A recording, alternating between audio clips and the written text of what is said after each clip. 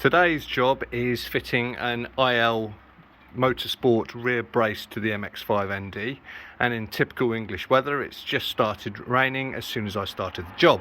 However, this brace is going into the boot, and what you need to do is remove all of the trims inside the boot. Then you'll need to remove this, take that out, and then remove this plate on both sides.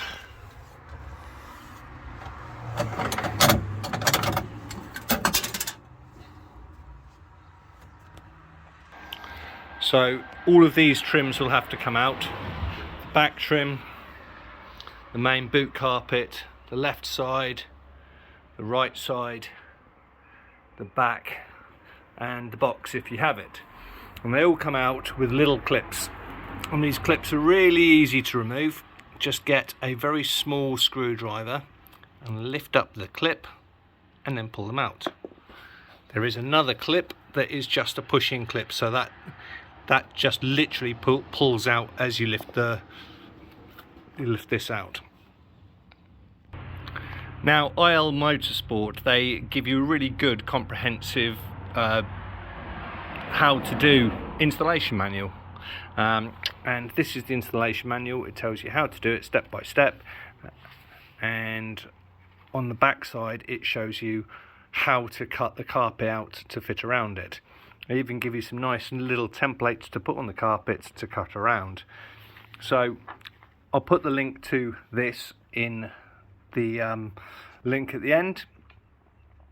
So just basically follow that. You're going to need a 10mm spanner, a 14mm spanner, a couple of torque wrenches, a little tiny screwdriver, and that's about it.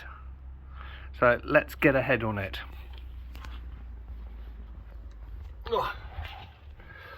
So this is all out of the way now, so you can get to the bolts, undo the nuts on both sides,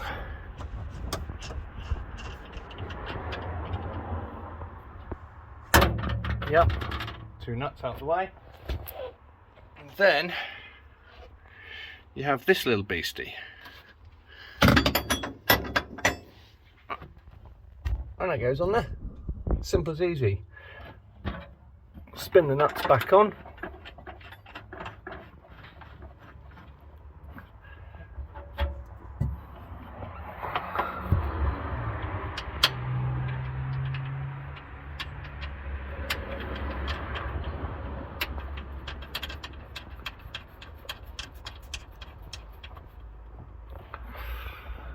Leave them loose and repeat for the other side.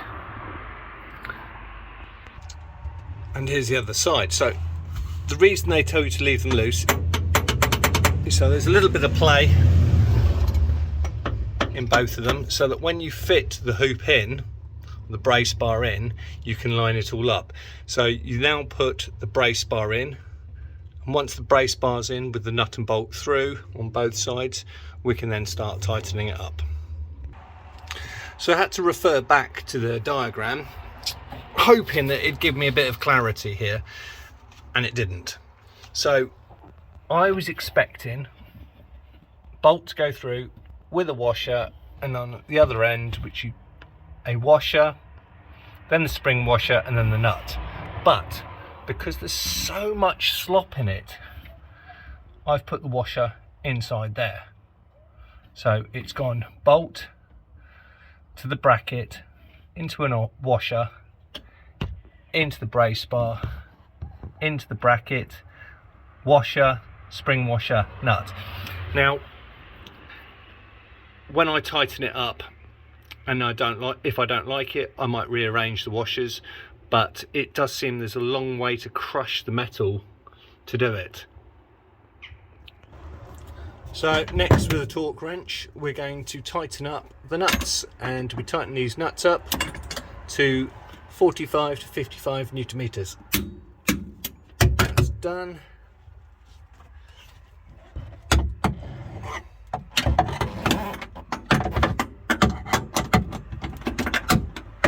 Not the easiest place to work.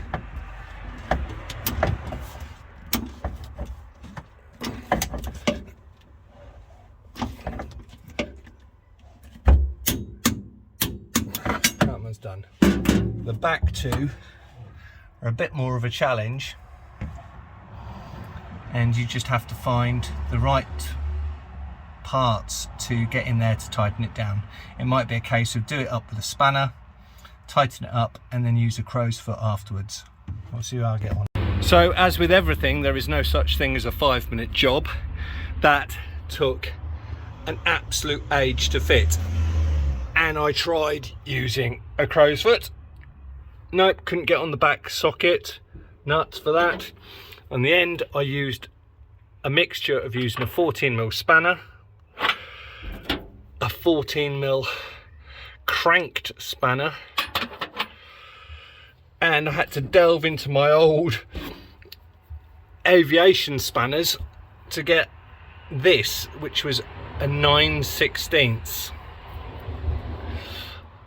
cranked spanner. What a pain. No such thing as a 5-minute job. So anyway, that's now done. I had to take the bar back out to do it. Obviously this would be a lot easier if you didn't have adjustable suspension, but now it's just a case of fitting the bar back in, tightening the bar up to, again, 55 Newton meters, and then we've got a decent brace bar. Great. To do the cross brace bolts up, you're just going to need a 17mm spanner and an 8mm Allen to fit on a torque wrench, and you tighten it up to 55 Newton meters. And there you have it, tightened up to 55 Newton meters. So 45 to 55 Newton meters, 55 Newton meters, 14mm, 8mm on this end, 17 on the other. And that's the bar in place. Now I just have to button everything else up, which I won't bother showing you because just follow the information, and you should have a nice new strut brace. Will it make any difference?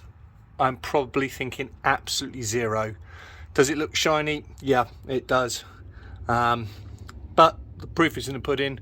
I'll take it out, test drive it, and see what I think. So this is the end product with the carpet back in. Now, the cuts that they gave me didn't quite work as well as I'd hoped.